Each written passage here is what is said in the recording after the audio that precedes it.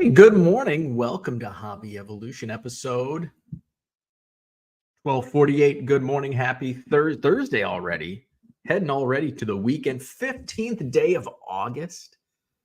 Hard to believe. Did a little cleanup yesterday in this room. You may see it's not quite as messy. I got some boxes on the floor, no piles. I got a couple piles. Cleaned up the countertop back there. I got to 0 orders to ship yesterday. I've been shipping like a madman Monday, Tuesday, Wednesday. I think at 4 o'clock yesterday, finally got to 0 items shipped. Check out my eBay store, 99centcards.com, link in the description. Got to 0 at about 4 o'clock. And within the very strange, within the 4 o'clock hour, 4 to 5 o'clock, I had 3 orders come in. And then all of a sudden at like 5 p.m., nothing. Like it was almost like my store disappeared off the face of the internet. It was so strange. 5 to 6 o'clock, no offers, no messages, no sales. And for an hour is a little strange for nothing to happen. 6 to 7, nothing. 7 to 8, nothing. 8 to 9, nothing. From like 5 p.m. to 9 p.m., I had no activity in my eBay store. And I might be exaggerating. There might have been one sale in that time period. But for basically 4 hours, there was like nothing going on in my eBay store. I'm like, what in the hell is going on? And I had a decent day of sales. I had an above target day in sales, but it was just strange. All of a sudden, 9 o'clock, it was like 9 o'clock hits. The lights turned on. I got like a message, multiple sales and multiple offers, all within like a 30-minute, from like 9 to 9:30. It was like business was booming. So I don't know what was going on between. Was there an internet blackout that I wasn't a part of? From like 5 to 9 last night. And then some sales started coming through. So very strange, which is also strange because this coincided with a new 50% off sale in my eBay store. Let's throw up the new banner. 50% off, 10 or more items.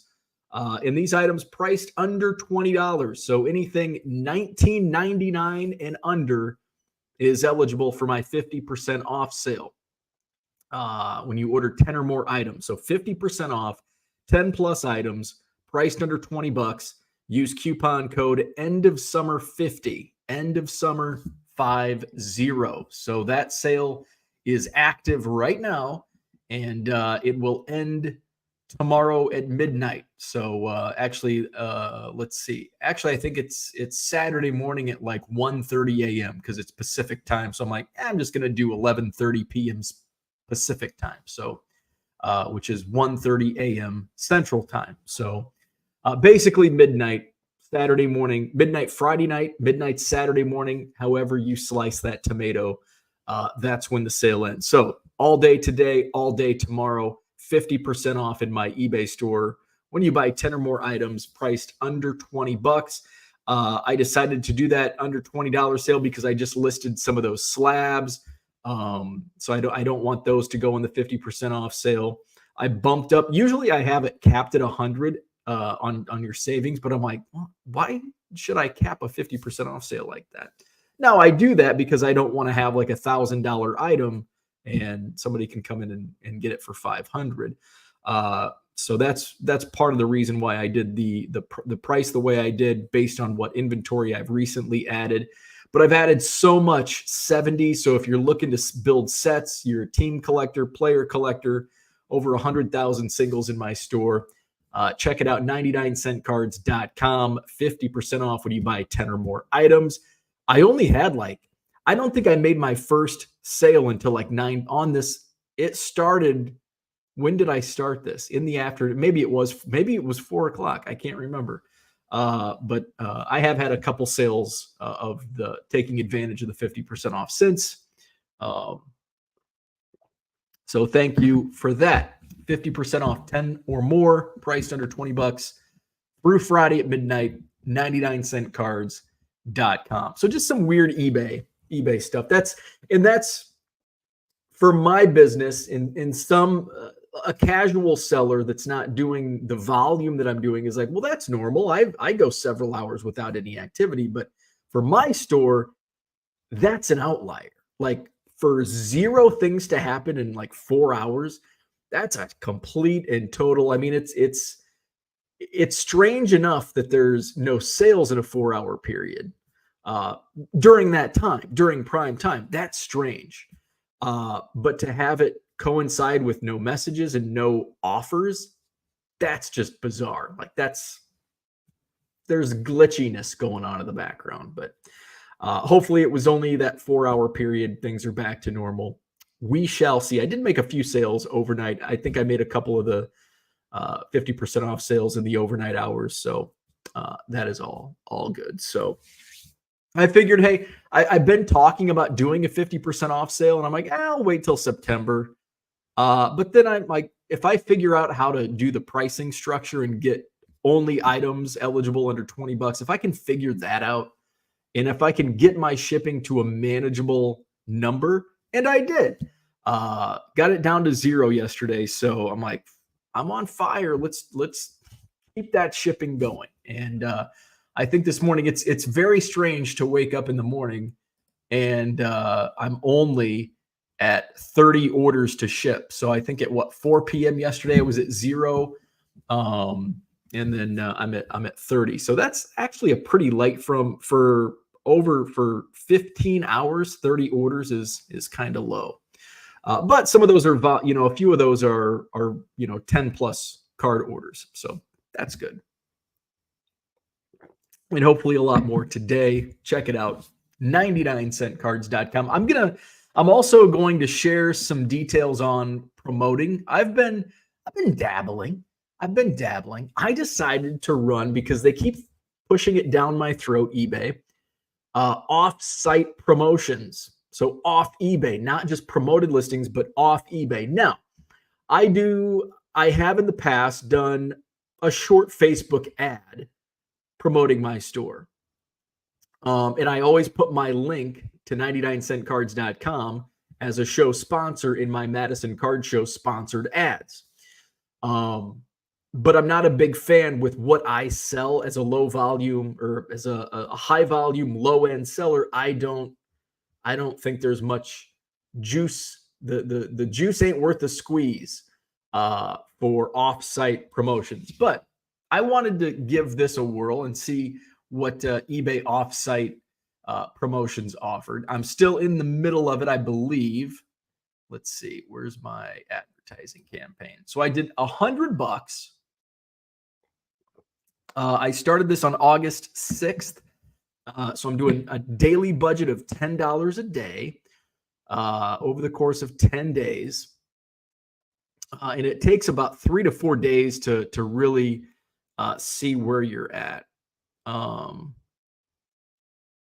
And the juice ain't worth the squeeze. So I've only made in, let's see, how many days? So my first, really, I think the August 9th is the first. Come on. How come I can't see? Oh, it's because my mouse ain't working. Come on, man. It's like August 9th, I think. So 9, 10, 11, 12, 13, 14. So I've only made off of these sales or off of these ads, I think I've only made $29.51 in sales since like August 9th. So in like 6 days, $60 budget, $30 in sales. We'll see how that goes. But I just wanted to throw some money at it, see how it works. Now, with advertising, you can't just throw $100 and expect immediate results. There's going to be some trial and error, and there's going to be some delay on this. But I am pro marketing, pro advertising, and finding different ways to do all of this, and eventually you find something that sticks. So there you go. We're going to talk about Fanatics Fest today because it's this weekend. I'm not going, but I would have liked to go. New York City is tough. Travel and hotel, and it's just not my thing. Like, uh, but if there's a for me a better venue, I mean, I'm not shitting on the venue because like New York City, a lot's going on in New York City. I get it. To get the do you think Tom Brady and all the wrestlers and all of the sports celebrities that are going to be appearing this weekend, do you think they want to fly to Cleveland or Omaha or name another city? No, they'll go in New York City. So I want to talk a little bit about Fanatics, a lot about Fanatics Fest today, and why I think it's going to revolutionize sports cards. Why do I think it's going to revolutionize the sports card industry / hobby this weekend? I believe it starts tomorrow. Is it Friday, Saturday, Sunday? I think. Let's go to the chat.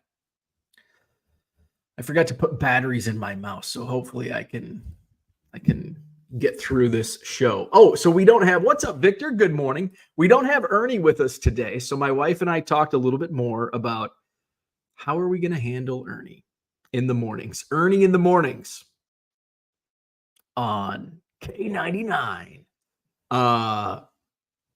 So kind of, so the strategy we're going to employ is we want to train him to sleep in, like our dear sweet Biscuit, rest in peace. And he's obviously in the puppy phase, so he wants to get up, play, potty, all that good stuff. But if we can squeeze another hour and get him, into a routine, what I don't want to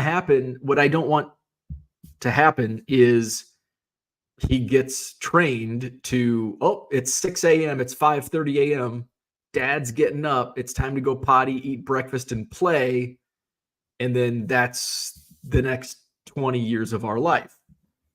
So we've got to train him out of that. So kind of what we did Sunday before the Janesville card show is I'm gonna sneak out. And actually he woke up at like 4:30, and he woke my wife up, she took him out, and then so I saw the opportunity. I want to sleep another half an hour, but I'm not going to risk waking him up a second time. So that's kind of how we're approaching it. If he's still sleeping, I'm going to sneak out. So this morning, I think yesterday he woke me up, but this morning I got up, I played on my phone, and like, okay, I'm gonna get out of bed. I'm gonna sneak out of bed. If he's still asleep, if he gets up, then we're gonna go back into, okay, we're gonna go potty, we're gonna have breakfast, we're gonna play, we're gonna bring your pen in here, and it's a whole deal. But I snuck out. He didn't stir. So I went into the living room and I just kind of waited and listened to hear if he's pissing my wife off, biting her arm. Didn't hear any of it. So I sneak down, take a shower. I'm getting dressed, and I hear my wife. Oh, we need an intercom in this house. I mean, I can hear that, but my wife will have it. My wife will try to have a conversation, and I've got labels printing. I've got a podcast going on, other house noises, and there's not too many noises, but there's just stuff going on. And my wife tries to have a conversation with me from like across the house upstairs. Like, I can't hear you. Like, I can hear when you go, "Bo!" I can hear that. If you say, "Gotta go," I'm going, I can hear that. But like, if you are trying to ask me, do I want gnocchi or asparagus or ravioli, like, just text me or intercom. We need an intercom. That would help. Anyway, she yells out, like, "What?" And my wife doesn't hear well. She has bad hearing. She'd kill me if she heard me say that. She has bad hearing, so I'll be like, "What? Bah! What? Bah! I can't hear you." So she goes, "Can you take him?" And I'm like, "Oh, fuck, what did he do now?" Like, yeah. So let me finish getting dressed. So I go upstairs. They're in bed. And she goes, "I took him out to go potty. Do you want to give him breakfast now, or do you want to wait and I can do it?" And I'm like, "Well," "I'd like to get him trained to like push this out a little bit." And she's like, "Did he wake up when you got up?" And I'm like, "No, that's why I left him in here." And she's like, "Well, when did you get up?" And I'm like, "It was a half hour ago." She's like, "Oh, well, that's good because he just got up." I'm like, "Oh, okay." So we're getting better. So the problem is, like, after he goes out and potties and eats, he wants to play. And it doesn't matter, like, so it's like try to wear him out, but if you play, like, the plan is like 15 minutes of playtime, 20 minutes, run him around a little bit, and then put him back into bed. But once he's back into bed, there's mom. "Oh, hey, mom, I haven't seen you in a day. Let's go play." And so it doesn't matter if I've run him for an hour. He's going to get excited when he goes back into bed. So it's like, well, let's just not get him all riled up in the morning. And so there we go. Are babies this hard? Parents are out there like, "Oh my God." So I don't know if I shared this. I don't know if I shared this story, but my best friend called. He just got back from Italy. And so we were talking. He's like, "Hey, I'm sorry about Biscuit." And I'm like, "Yeah, thanks." I'm like, "Well, we have a new puppy." And I'm like, "Dude, puppies are fucking hard." And I'm like, "I don't know how people have kids." And so I'm telling him about this. And he's like, "So it's funny you mentioned that." And I'm like, and I knew exactly where he was going. He's like, "So Italy was actually a baby moon for us." And I'm like, "What? You sucker. Why? Oh, you just ruined your life because you no longer have a life. It now revolves around that little human that's going to come out of your wife." Poor guy. So there you go. Let's go back to the chat. Max is here. What's going on? Good morning. We've got Philly Joe. What's happening? David, good morning. Brian's in the house. What's going on? Denton, what's up? Good morning. Orlando is here. What's happening? Mr. Archer, good morning to you. George is here. What's happening? Brian says, "Back to school, end of summer savings. Kids ain't cheap, so save money on your cards." That's right. End of summer, back to school. There you go. Your kids are back into school. You don't have to drive them all over the place and spend money on them. You got extra money to buy baseball cards. Mark, good morning. Dan's here. What's up? Be careful if you try and send bulk offers today from the mobile app. I tried sending out a 15% off offer, and it shows up as a $0 offer to the buyer. That's weird. So there is something glitchy going on with eBay. Interesting. So that's glitchy. I didn't send from the mobile app because the mobile app I will say the mobile app is better than it was 6 months ago, the eBay mobile app, but I still am unable to send offers from my phone. So I just do it in the morning. And I guess I'm always on the eBay platform like all day long.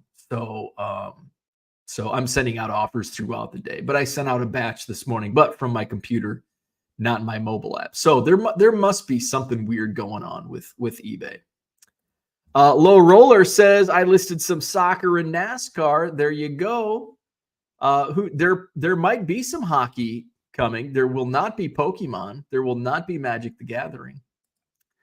Yeah, I even listed. Where's Kyle? Kyle, I listed some NASCAR last night. There's Kyle. I just popped his name up on the screen. Good morning. Working on hydraulic motor on skid loader while listening in this morning. I don't know what Kyle said. I don't know what any of that means. Nobody's surprised. John, what's going on? Fanatics Fest sounds great. Remember Mint Collective? That sounded great as well. You know what? Here's the difference. Who promoted the Mint Collective? The difference is Fanatics. Fanatics will thrive. Fanatics Fest will thrive. The venue is tremendously expensive.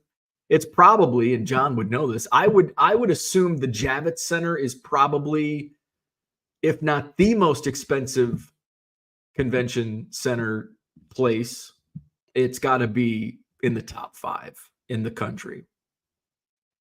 But I don't think if you have it here, and here's my thought process on Fanatics Fest and why are they having it at the Javits Center in New York City?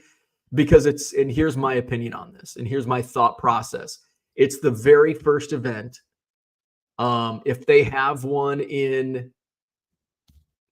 I think I heard that the next one's going to be in Orlando. Are they going to get Tom Brady and Eli Manning and who else? Like all of these huge names, are they going to be available to go to Orlando, Florida? I assume a lot of so like WWE is right down the road. A lot's going on in New York City. Can they get the names? And obviously they want to make a splash with this first event. So they're going to bring in these big names who they can get in New York City. Do they have to pay a lot of money for the venue? Absolutely. And that's sometimes what it takes. And then we kick it off. It's like, wow, they do videos, they pump it up. This was amazing. People rave about it. Now we're going to Orlando or wherever the next one will be. People want to go. So that's my thought process. Could be wrong.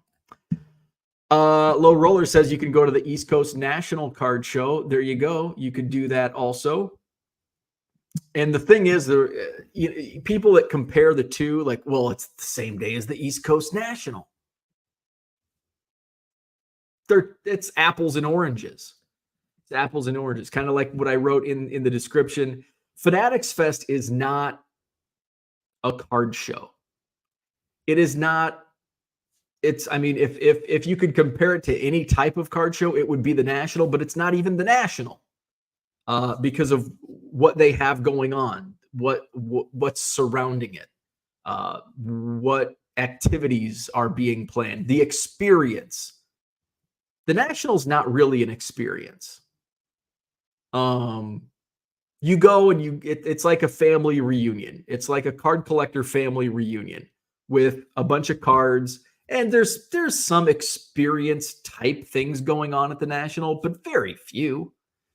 Fanatics Fest is going to be an experience, and a card show is going to be kind of like secondary. Brian says they're going to bring gum back to the PAX, aren't they? Want list ready for my annual trek to White Plains and the East Coast National. Plenty of vintage dealers with fair prices. John says this isn't a podcast, by the way. This is not a podcast. This is not a podcast. 1,248 episodes in, still not a podcast. Mark says yelling what from other rooms is what marriage is all about, right? Paging Bo, do you want frozen pizza or Hot Pockets? I haven't had Hot Pockets in over 3 months.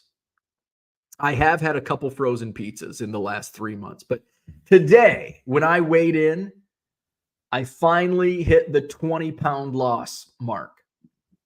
198. 198. I think I was 218, the doctor's office. Weighed in at 198 this morning. Yesterday, I was at 199. I'm at 198.5, I think.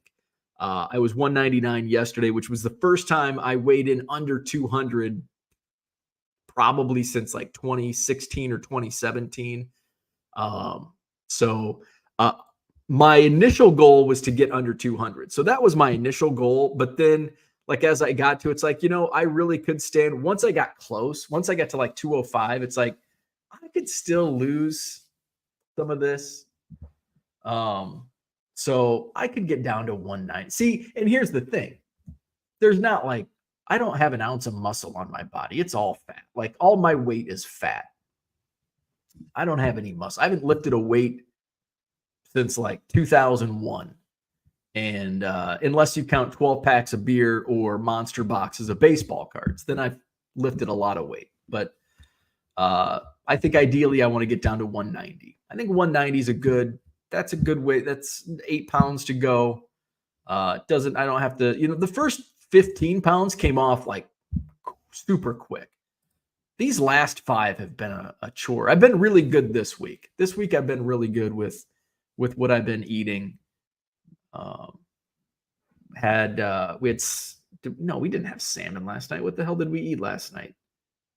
Oh, we had crab cake. My mother-in-law left for New York, not going to Fanatics Fest though.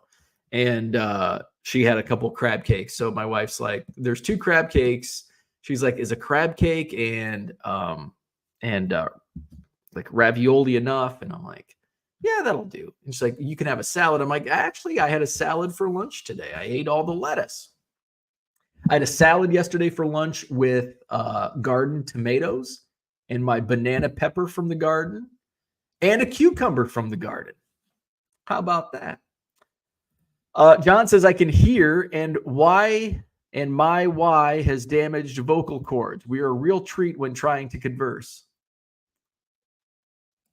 Philly Joe, I think that was from yelling across the house. Philly Joe says, I hate when family texts me from inside the house. Just holler, you moron. See, I'm the opposite. Stop yelling. Just text me. Please. Don't holler at me. David says, get a set of walkie-talkies. Over. Hey, I like it. John says, I'm at peace with your decision not to procreate. Hey, nobody's more at peace than my wife and I at deciding not to procreate and create little babies. Mark says, my ex yelling at my teenagers was vaudeville. Love it. Kyle says, imagine about 100 Ernies. Puppies and babies are totally different. Oh my God. We actually talked about getting a second puppy again last night. And because I think Ernie is definitely like, he loves other dogs. I don't know if he's going to be trained out. So this is my first, like, I wasn't with Biscuit until she was like a year and a half old. And by that point, she was still in the puppy stage when my wife and I started dating. But, she had been her own dog for a year and a half where, and she came from the same breeder. And Ernie, there was a lot of dogs there. There were like 8 dogs there. And so I think he misses. And I'll play like, there's a video that he loves. And I sent this to my wife and I'm like, if you want to get Ernie's attention, play this. Oh. Where's it at? And I think it's the music, but then he also sees the puppies.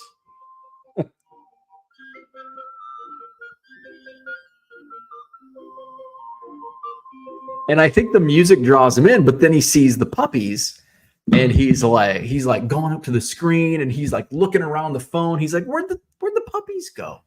Where'd the puppies go? So the breeder has another batch coming, I think ready in October. So in another 2 months. And my wife's like, we would have to do this again. And I'm like, yeah, I don't know if I want to do this again for another 15, 20 years. So it's a wait and see. But we got to meet some, we have our neighbors have, I think he's a golden doodle. Rookie is his name. Great name, Rookie. And my neighbor's not a baseball card collector. So Rookie's still in puppy mode, but he's like an older puppy. And so Ernie, they play, they get along well and they play a lot. So they played yesterday. We went on a walk, still tough to walk. But we met a golden retriever. I love golden retrievers. I wish they didn't shed so damn much. But the golden retriever lives a couple doors down, and I would just want to be like, can I adopt your dog and just like Can I come over and play in your backyard with your dog? George says, I'm hearing that brother Kim has asked operatives to hack eBay. Uh-oh. Funneled it through TN. Flawed thinkers in the house. Good morning. John says, everyone promoted the Mint Collective. Their partners were bigger than Fanatics. But I think they had multiple. Did they have multiple partners involved? I mean, Fanatics is Fanatics. They can put this on themselves. Where you don't have too many hands in the cookie jar. I can tell you from firsthand experience, the more hands that are in the cookie jar when it comes to promoting events, the more difficult it becomes and the less likely it will succeed for the long term. The Javits and McCormick are two of the most expensive. I figured McCormick Place was up there. That's in downtown Chicago. Orlando says November 3rd in Orlando, Florida. Fanatics says it will be more like a card show. And I kind of figured, and I'm wondering if they're going to do like Fanatics Fest, like multiple events, but most of them will be card show type events. But then like once a year, Fanatics Fest will be the biggie in New York City. John says, you're missing the point that the hobby as a whole is not attracted to spending money on experiences. So, and here's what I want to get into. You are correct. I agree with that. So let's break down this comment. You're missing the point that the hobby as a whole is not attracted to spending money on experiences. With that, I agree. What is the goal that Fanatics is setting out to do? They're not targeting you. They're not targeting me. They're not targeting anybody in this chat. They want to target people that are not. What's the big thing they said 3 years ago? We want to 10x the hobby. You don't 10x the hobby catering to us. That's not 10xing the hobby. You're going to 10x the hobby by Fanatics Fest and creating experiences. We're not going to go to the Javits Center and spend all this money on experiences. We want to go into a smoke-filled Knights of Columbus hall and pick out 10-cent cards from a tobacco box like we did in 1984. I didn't, but you might have. Fanatics wants to grow the hobby. And how do you grow the hobby? You get people that are not currently in the hobby. And some of those people may be attracted to spending money on experiences. And the trickle down is we also have cards. They want to acquire items. There isn't as many folks as you think that want to buy high-end autos. Compared to the population, of course not. But there's still that money out there. And, you know, we saw it 3 years ago. How many $1 million card sales were there before 2020? How many have there been since, even today, with the market not as high as it was in 2021?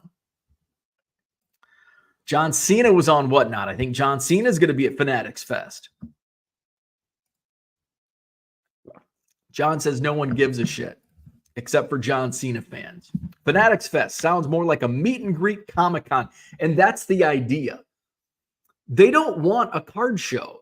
They don't want Fanatics Fest to be a card show. There are card shows every fucking where. We don't need another big card show. The National was 2 weeks ago. Burbank, actually, is Burbank this weekend? Burbank's either this weekend or next weekend. It's coming up maybe in a few weeks. I don't know. But Burbank's coming up. There's a huge show in Nashville. The Dallas Card Show. The East Coast National. The Philly Show. The Strongsville. The Madison Card Show on Saturday, August 24th. There are so many fucking card shows. We don't need more card shows. We don't need more card shows. Bring us an experience to get new people, new blood, more blood into the hobby. Thank you, Brian. I appreciate that. Max says, just a little guy now. Just a little guy. That's the goal. That's the goal. I want the blood pressure to be a little guy too. Peeps, good morning. I haven't checked my blood pressure in a while. I need to do that. Peeps, what's up, man? Good morning. My buddy Dave. It's back to school time. So Dave is here. He's lost 26. Congrats. I love it. Dave Arnold, welcome back. Go Spartans. Philly Joe says, congrats on the weight loss. I'm like a seesaw, though. Have a problem cutting out the sprinkles. It just happened. Like normally, I think of the food and beverages that help with weight gain, beer was number one on the list. Like, I'll never be able to cut out beer. And I haven't cut out beer, but I've cut down on beer significantly. And when I do drink beer, most of the time it's Michelob Ultra, which is, just a little guy beer. So that was the hardest, and just working from home, and I'm not really a snacker, and I'm not really a sweets guy. Like, I'll get a sweet tooth and I'll have like a small piece of chocolate, and that's enough. Like, I don't need to snack on a whole bag of M&Ms or anything. So I haven't really been a snacker. But every once in a while, it's like 3:00 in the afternoon, like, oh, I need to have a snack. And now I've gone to carrots or celery. So I think the mushroom coffee really helped with those any cravings I had, whether it be beer or sugar. So it just kind of worked. It definitely worked more so than I love these notifications. Look at that. Keep it going. Yes. Come on. 34, 35. Come on. 36. Yes. Keep going. Yes. eBay. Keep going. Oh, where are we at? We're at 40. It stopped. Keep it going. 99centcards.com. 50% off. 10 or more items priced under $20. Use coupon code EndOfSummer50. 99centcards.com, and make my notifications go crazy again. Where are we at? Peep says, I text myself in order to keep it down. Sprinkles, got it. And put some sprinkles on that TCDBY. TCBY. There's no D in there. Flawed Thinker says, congrats. I got some not so good news from the doctor yesterday, so I guess I'm going on the diet train. That is not good to hear. We don't like that. Lost 60 pounds in 2014, but it has come back since slowly. Time for me to get serious again. Well, that's a bummer to hear, but good luck. We're in this together. We got you, man. Brian says, maybe go rescue a dog brother for Ernie. I think we're going to do, we would get another Havanese. We would have Havanese, maybe a brother and a sister. But I think the breeder said if you get a female, then you have to like keep them apart during like things. And I don't want them trying to have sex with each other. Don't do that on the floor. I sort cards on that floor. You dirty dogs. Dyson vacuum commercial. The dog keeps barking at the TV. Oh, yeah. Ernie's different than Biscuit, didn't even realize there was anything going on TV. I don't know if she was just TV blind. But Ernie's he'll watch he'll look up and he'll turn his head. I feel like he is more developed in terms of eyesight, and his ears and eyes are more developed than his nose, where, I think eventually the nose, the smell, that's what dogs are known for. But he he sniffs a lot, but he's more driven by vision right now and hearing. He gets scared, loud noises. He gets scared, but he's not sniffing as much. Good morning, Red Light 34. What's up? That might have been him. Was that Red Light 34 placing the big order? Thank you. I appreciate it. Max says, little Mikey sees the Collecticon success. He wants a slice of the pie for sports. Why wouldn't you? That's business, baby. You should be the first to know that, Max. This whole Javits Center thing is him stroking his ego. Orlando says exactly. John says they're targeting money. Of course they are. That's what you do in business. And you don't grow the hobby by selling things that are worth a fraction of what you paid for. Well, it's always been that way. It's always, go back to the 1950s, and those baseball cards weren't worth a nickel in 1955. They are now. But I don't know if anybody in here was alive in the 1950s buying baseball cards, maybe a couple. But those parents of kids in the 50s were probably, I'm not spending 5 cents. That's not, and they weren't worth 5 cents back then. And they weren't worth 50 cents in the 1980s. And they're not worth $500 today. The hobby's always been that way. The 10X is a myth. They want revenue. It's not a myth. They want revenue. And how do you get revenue? You 10X. You gotta go through point A to get point B. And point A, 10X, point B, revenue.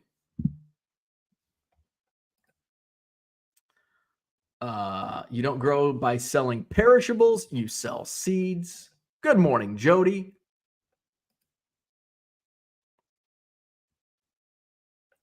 I'm drinking the Kool-Aid.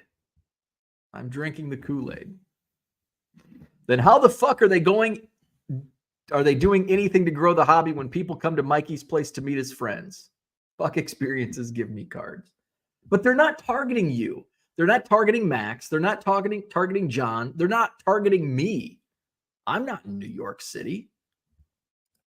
They're targeting people that aren't buying cards right now. They're targeting people that want experiences to buy those cards.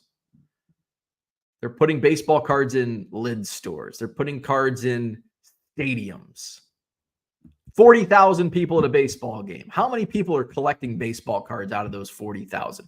A small percent. But if you even get 1% of that 40,000 of non-collectors to start buying cards, buy a pack here, buy a pack there, all of a sudden, what are you doing? You're multiplying. You're 10Xing.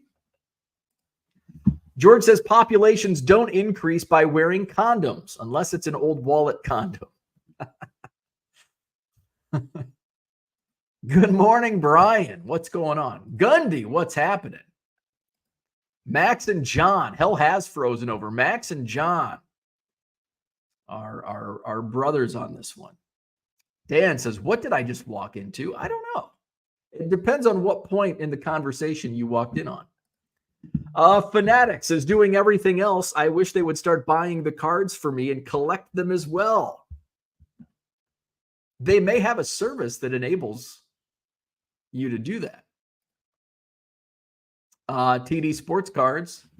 What the hell? I walk in and first thing I hear is dogs getting it on. That's what Dan must have been walking in on. Don't be fucking where I sort my cards, you dirty dogs. George says 2 guys in Korea walk into a chat. Orlando says stick to one dog, 2 cause chaos. I mean, 1 is causing chaos. I can't imagine have 2 of these little fuckers causing chaos. Orlando, I'm with you. I'm gonna tell my wife, I'm like, wife. Orlando says, let's stick to one dog. Orlando is a wise man, and I'm with you. We're having enough chaos with one dog. I can't imagine 2 of these little shits running around causing chaos. Fanatics is a landlord. They want renters. They don't want homeowners, which is the hobby.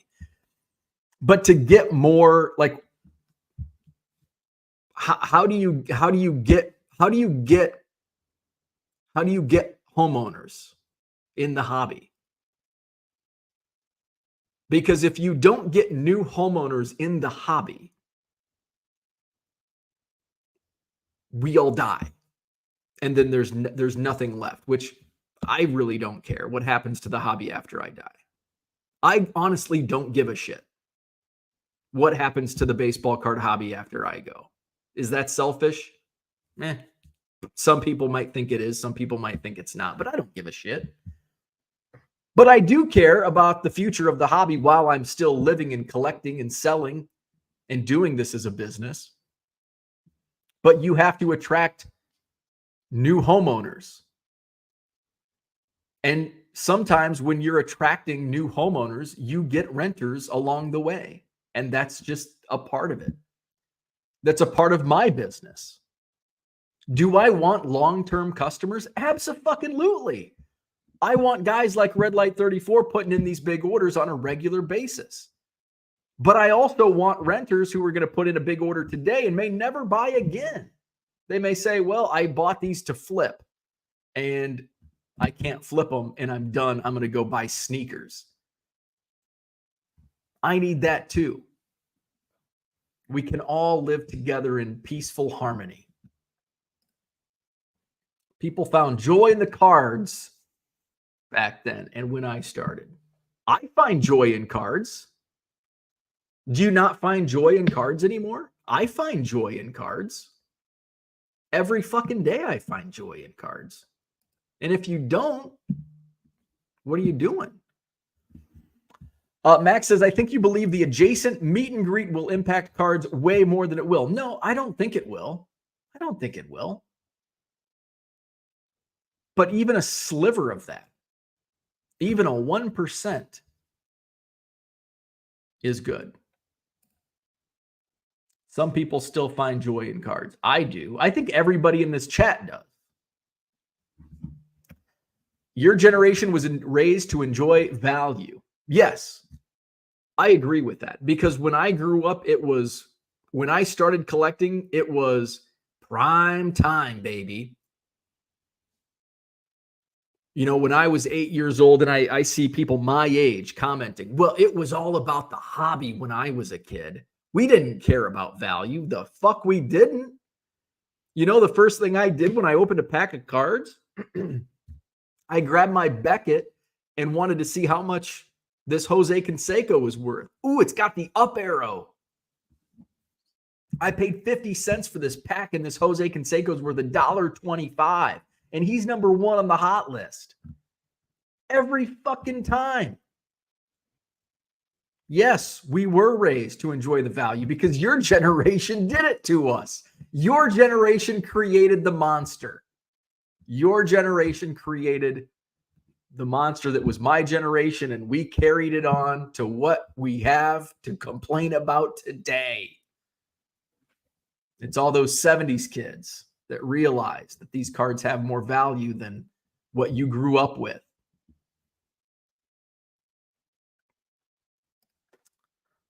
Max says Jim Jones had some good Kool-Aid.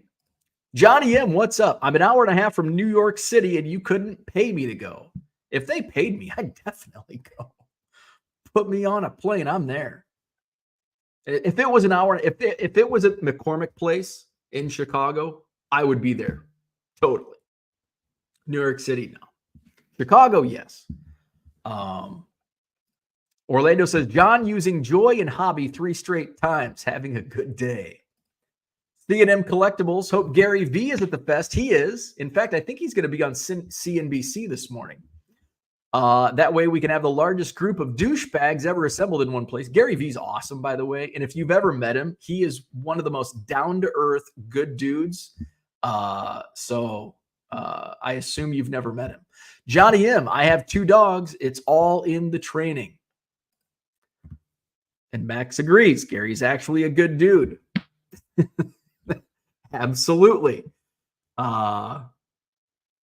Max says, yes, 100% selfish. And I'm okay with that. I'll admit it. Selfish, and I honestly don't give a shit. Yes, 1 dog.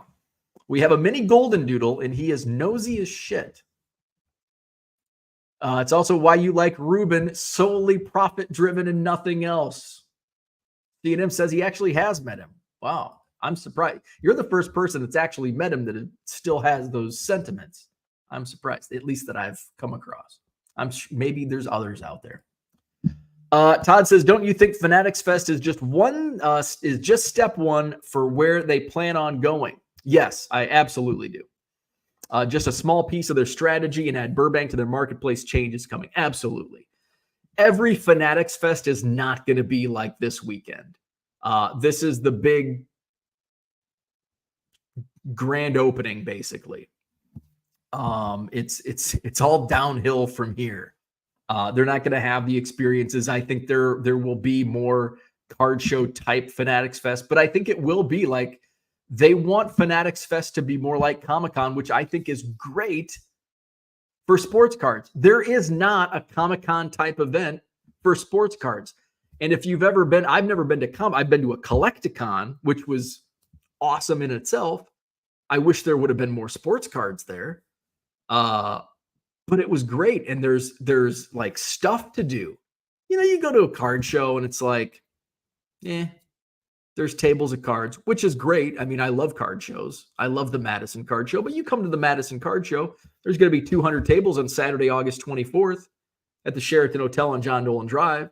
If that's what you're in it for, you're going to have a hell of a good time. You're going to find some great deals. If you want an experience, if you want autographs and meet and greets and music and all that other stuff, most card shows are not for you, which is unfortunate because we don't have stuff like that. Even the National is not like that. So I do agree. It's just step one in this process. Not every Fanatics Fest is going to be super expensive and Tom Brady's going to be there. I think you're going to have run of the mill. And I think what Todd says with Burbank, I think that was part of the it wasn't getting Burbank to leave eBay and Beckett to go on to the Fanatics platform was not solely based on getting his cards on the Fanatics platform. I think there was, hey, you're a damn good marketer and you have a great card show and we have Fanatics events. We would like to get in on this. Absolutely. Bargain Boxer says, we become homeowners when nostalgia hits. Max says, yes, that's your whole argument, and 1% is still too high.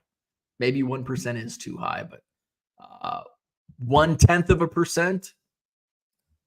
This isn't a philosophical discussion about the hobby. It's a business discussion. The term 10x the hobby has only meant 10xing revenue. I agree with that. But it doesn't sound as good as 10xing the hobby. I mean, I don't disagree with you. I mean, Fanatics is not a charity. I mean, Fanatics is not producing baseball cards to give us the happy, happy joys. They're making money. I'm selling cards on eBay, not for charity. I'm selling baseball cards to pay the bills. But you know, when you say it like that, it sounds dirty. Like business is dirty. I used to think like I hated selling stuff. Absolutely hated it. And then I realized, well, you got to do it. Like you can't live without money. You have to make money. We have this, somebody commented on my Dr. J that I should take the money that I make and give half of it back. Like that's fucking stupid. Like that's the dumbest thing I've ever heard. It's a business, man. Huddle Card Collection says Fanatics is doing what they're doing to make money. They are a business. 100%. 100%. F-bombs, baby. There's the F-bomb. John says, Orlando, I have the cards I collected from PAX in 1976. There wasn't nostalgia as an 8-year-old. I was listening to something the other day. I don't think I have a single, there may be some cards. The reason that I don't have a single card from my childhood is because my childhood was during the junk wax era and they aren't worth shit. So I didn't keep them around. And I didn't have, I get nostalgia with that era, but I've also seen so many damn 91 Fleers. That's my nostalgia. 91 Fleer, John, is my nostalgia. So there was no reason to keep some of that shit around.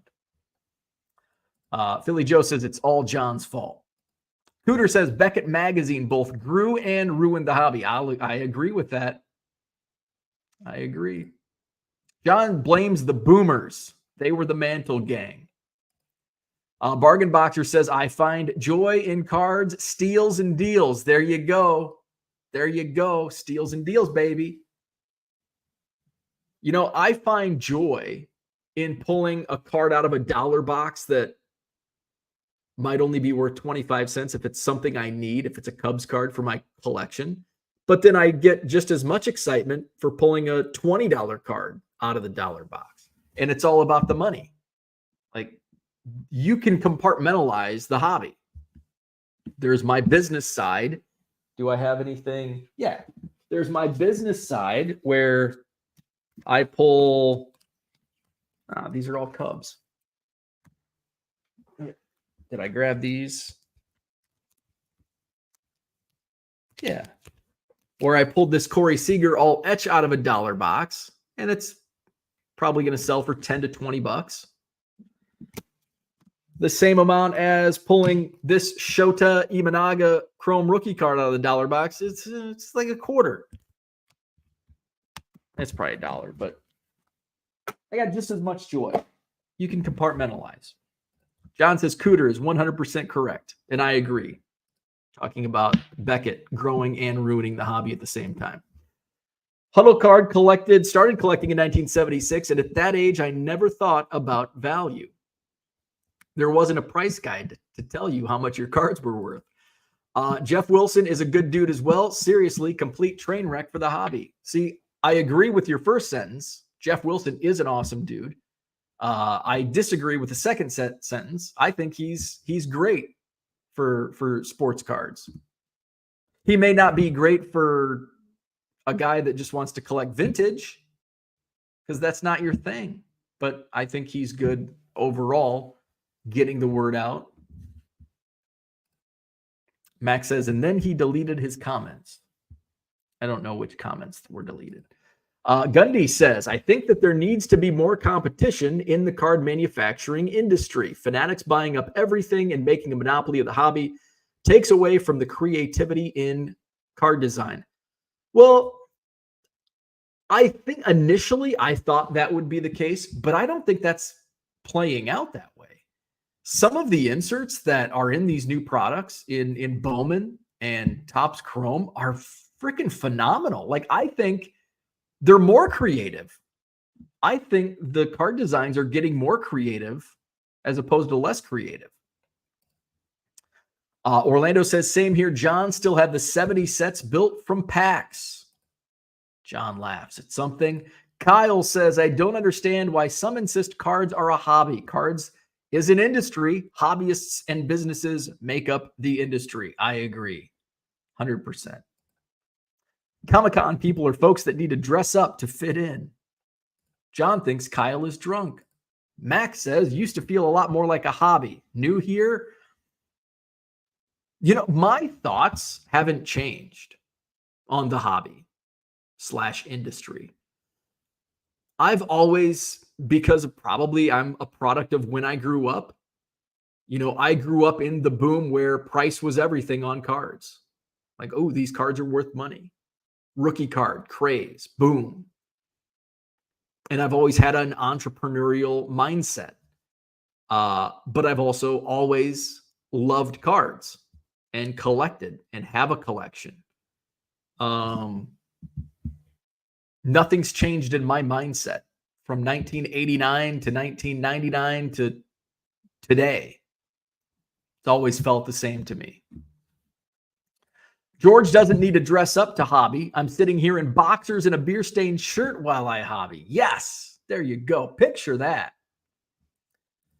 Dan says to Gundy, you are correct, but MLB only wants to deal with one company, and it's Fanatics. Yeah, and I mean, realistically, like in business, if you're doing transactions, do you want to do 40 transactions at $1.50 a piece, or do you want to do one transaction at $40? Do you want to deal with 20 people or one person? That's why there's exclusivity. It's because the players associations and the organizations don't want to deal with 17 different card companies. They want to deal with one. I get it. Cooter says Fanatics is a vulture capitalist. Get in, strip the value, get paid, and to hell with the hobby. That is the next guy's problem. Johnny M says the only cards I've kept over the years, my Tom Seaver collection. He was my boyhood idol. It too will be sold one day. Absolutely. Sad but true. Uncle Rich, good morning. And not for the older people like me, Cooter Orlando. PCs don't exist anymore. Mine does. Mine does. Like there's cards in that cabinet. I mean, but they're not going to be in my collection forever. Forever. But none of those cards in my cabinet are leaving my collection anytime soon. Will they eventually? Maybe. But you know, I have now my Cubs, like I have duplicates now that I've reached the pinnacle of my goal of 1 million Cubs. I can dump off some duplicates and help other collectors. My joy comes from buying a $1 Ryan Zimmerman, sending it off for grading, then shoving it in a box for me to look at 2 times a year when I'm bored. Right? I mean, really, when it comes down to it, we like really when we simplify our hobby. I've got some awesome Cubs cards that I probably haven't seen in 2 years, and it's like, what's the point? Like some of my best cards are in that showcase, but then I've got a whole bunch of good cards in boxes. I get them out. It's like, oh, I forgot I bought this card. And at the time I bought it, it's like, oh, I'm going to cherish this card. And I don't. Cooter says Fanatics doesn't care about 10xing the hobby. They are here to 10x their exit multiple. And that, yeah, we talked about that earlier. Max says, up to now, I think Jeff Wilson has done more for the hobby than Ruben. I agree with that. Up to now, I think eventually Ruben will take the cake on that. But to now, yes, I agree. Max grew up after me, so did something revert back? If you're in terms of if it wasn't all about the money when you grew up, because you grew up after the boom. You know, in 1988 to 1992, it was all about the money in baseball cards, sports cards. And then after that, the cards were worth nothing. So I don't know when your formative years were. I always forget how old you are. But if you grew up in the late 90s, early 2000s, I wasn't really in the hobby. So I'm sure it was less about the money then than it was when I grew up in 1999 to 1989. Huddle Card Collection says my PC will go to my son. George says, sorry, Miss Jackson. I am for real. My PC will end up in a South Korean recycling bin. Bargain Boxer had a conversation with a friend yesterday. Won't all cards end up in the ecosystem? Eventually, yes. Auburn Trading Card Show. What's going on? Good morning. So that's my thought. I think Fanatics Fest is going to revolutionize the sports card hobby. And some of you don't agree, and that's okay. Auburn says, people always say it's never about the money, but everything is about the money. For most, unfortunately, it's always about the money. Yes, it is always about the money most of the time. It's always about the money. It's always about the money. The funny thing is the people that say it's not about the money, I'll see people on Twitter.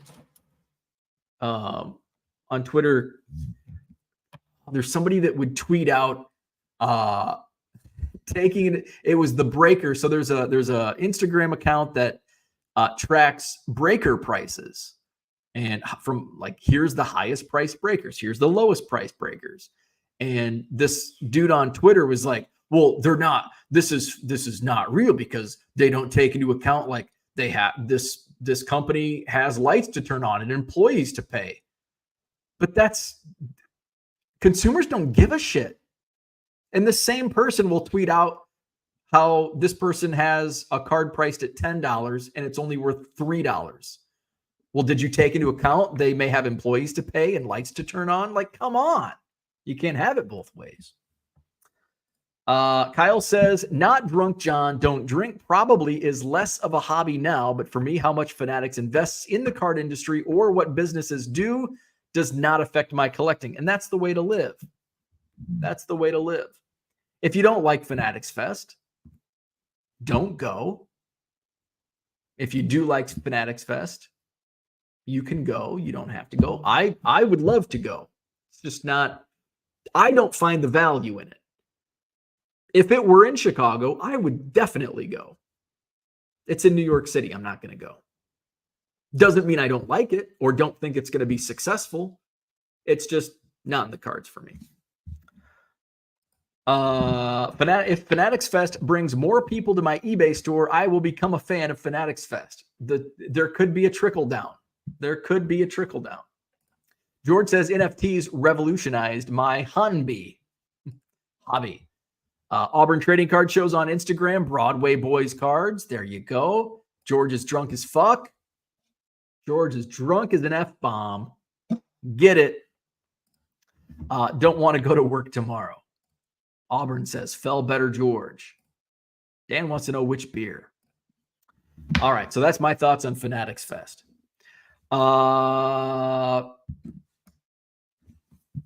Hit the like button. Subscribe to the channel. Visit my eBay store. Don't forget 50% off in my eBay store when you buy 10 or more items under $20. Go to 99centcards.com. That sale is through Friday at midnight. And I'm trying to 10x my eBay store by sales revenue. So hit it up, 99centcards.com. Next Madison Card Show, Saturday, August 24th. We're trying to 10x that as well. Saturday, August 24th, Madison Card Show, Sheraton Hotel, John Nolan Drive, 200 tables. It'll be the last 200 table Madison Card Show for the foreseeable future. Speaking of revenue, I'm actually going to make more money when I downsize back to 140 tables. So people think I'm trying to make more money expanding. I'm actually losing money when I expand. So if it's all about the money, I'm going to downsize. We're going to try to maximize my bottom line and minimize my headaches, which is exactly what we're going to do. Madison Card Show. Dates are set for the rest of the year. So the next show is Saturday, August 24th. Then we're going September 28th. Then we're going October 19th, November 30th, which is the Saturday after Thanksgiving, the Saturday of Thanksgiving weekend. And then the Saturday after Christmas, December 28th. So those are the upcoming dates for the Madison Card Show at the Sheraton Hotel, John Nolan Drive. Don't forget, less than 2 weeks away, just about a week away, for the next show on August 24th. Huddle Card says they will promote their own selling platform, not eBay. Multiple brands today. I did hit it up. Maybe more later. Hard to shop and run a crane. Be safe. Be safe. All right. Like, subscribe, 99centcards.com. Go shop there. Have a great Thursday. We'll do this again tomorrow morning, and we'll play Name That Player. It's the Friday free-for-all tomorrow. Thank you, Orlando. Have a great day. See you in the morning.